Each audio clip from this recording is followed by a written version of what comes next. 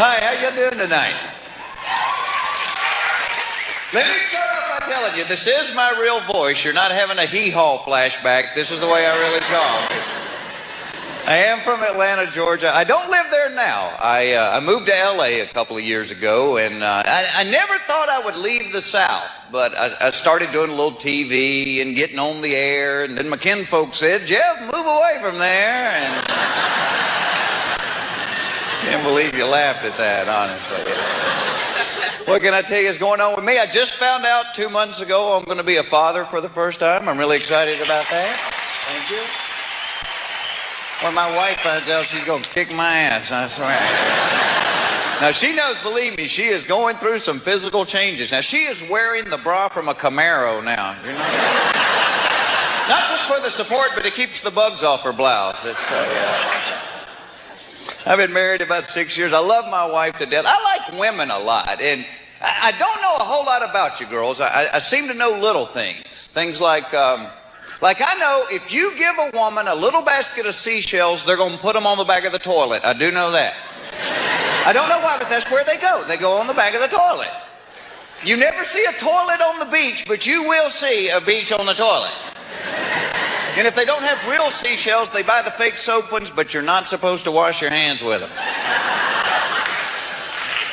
This past January, I drove cross country with my wife. I learned something on that trip. A woman's job on a long trip in the car is to sleep and control the heat and air conditioning. Every time I try to sneak the window down, she wakes up and goes, roll that up, I'm cold. It's like, why don't you hold a pan of muffins so we'll have something to eat when we get there? 5 days I hardly saw her. She was buried under all these jackets and blankets. Once a day I'd hear her voice, where are we? We're in hell. That's where we are. We're in hell.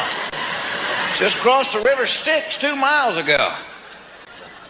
Now, the only fun I had on the whole trip was knowing everybody that passed our car on the right-hand side was laughing their ass off at her doing that open-mouth jello neck head bob.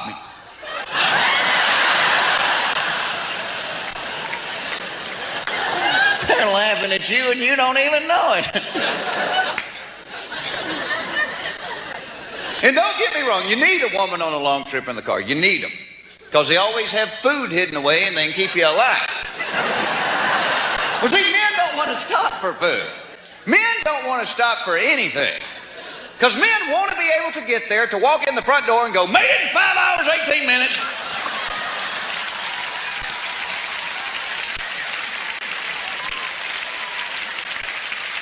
"3 minutes faster than last year. Didn't even stop for gas. Pulled up behind a tanker truck. We hooked up with him. Had the kids pee out the window, and here we come, buddy."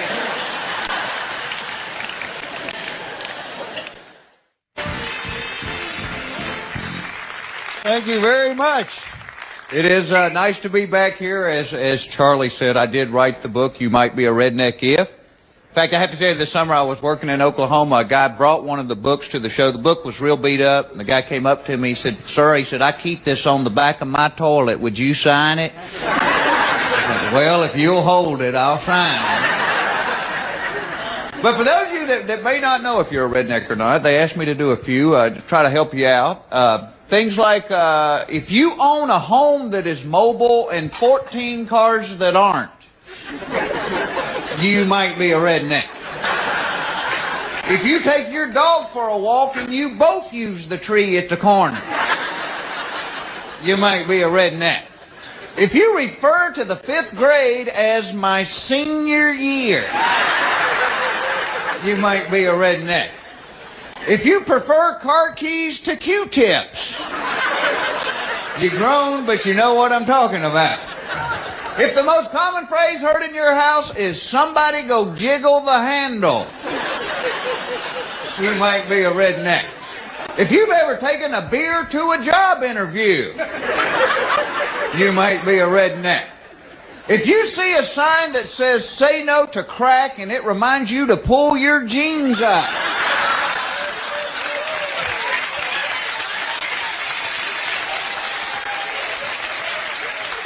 you might just be a redneck. And trust me, I know about rednecks. In fact, this summer I did something I'd always wanted to do. I cashed in a ton of frequent flyer miles. I took everybody in my family to Hawaii. 13 people, thinking this would be the vacation of a lifetime. It ended up being the Clampets go to Maui. Because you get my family together, there is an empty Kmart somewhere. They show up at the airport, they are using coolers and grocery bags for luggage. This guy kept like, which one's yours, the Samsonite's? Like, no sir, we got the Igloo with the duct tape on it.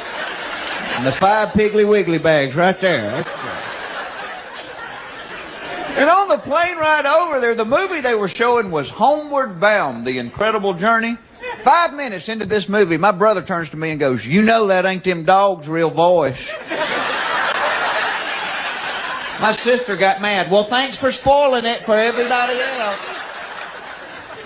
And we were staying right on the beach. You could tell which rooms were ours. Ours were the ones with the underwear hanging off the balcony. And according to the manager, the site of the only peeing for distance contest they had ever had there. Which I am ashamed to say my Aunt Rose won in the second.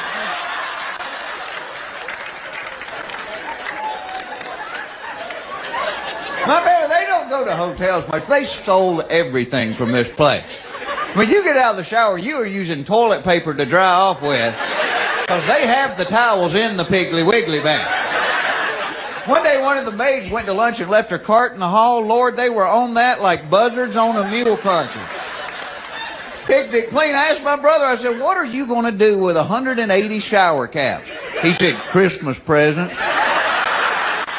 Then his wife got mad. Well, thanks for spoiling it for everybody else. Like a lot of women, she takes a long time getting ready, but she's smarter than I am, so no matter how late she is, she can keep me right there on her schedule. This is her best trick right here. You're not wearing that, are you? No, I ain't wearing this. It's just what I'm wearing while you're getting ready.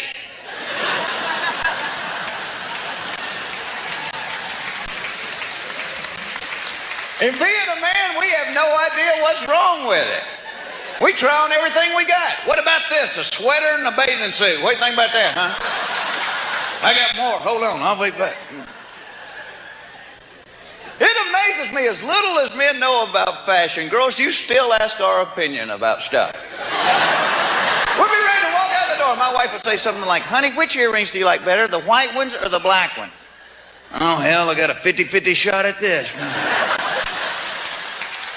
I'll say the white ones. The white ones? Now I've got to change this blouse. No!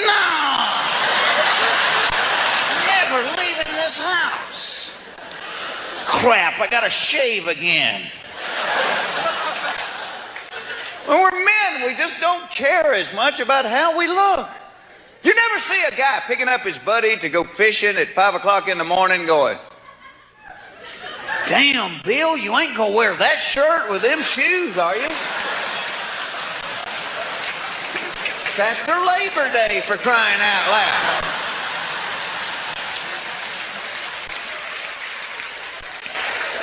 She worries about stuff. She has things in that bathroom, the vault, I call it, because the door's always shut and whatever goes on in there costs a load of money. I snuck in one. She has things on one shelf for dry skin, oily skin, chapped skin, combination skin.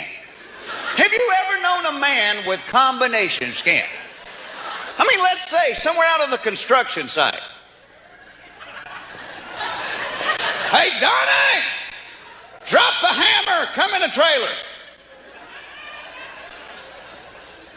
Now, Donnie, I'm not trying to hurt your feelings, but you have dry cheekbones and a greasy forehead.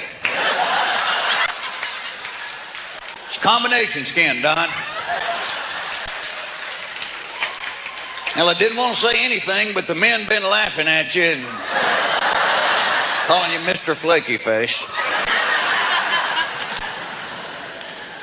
Same thing with smell. She asks me every day, do I smell good? Like the way I smell? See, because if men have an odor, it's usually an accident. Charles, what is that alluring fragrance? Oh, that's Michelob. I hit a bump in the truck. Both sexes care about smell. They do, but women will go to trouble to smell good, and men are more like, hey, does this stink too bad to wear one more time? Maybe I should put it in the dryer. I think women feel a sneeze coming on. Every time before my wife sneezes, she reaches in her purse, pulls out a tissue.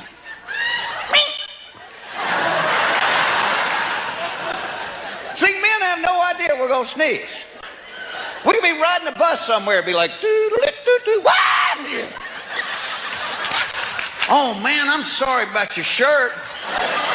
You can put that in the dryer, that'll be all right, yeah. God bless you. Take care of yourself.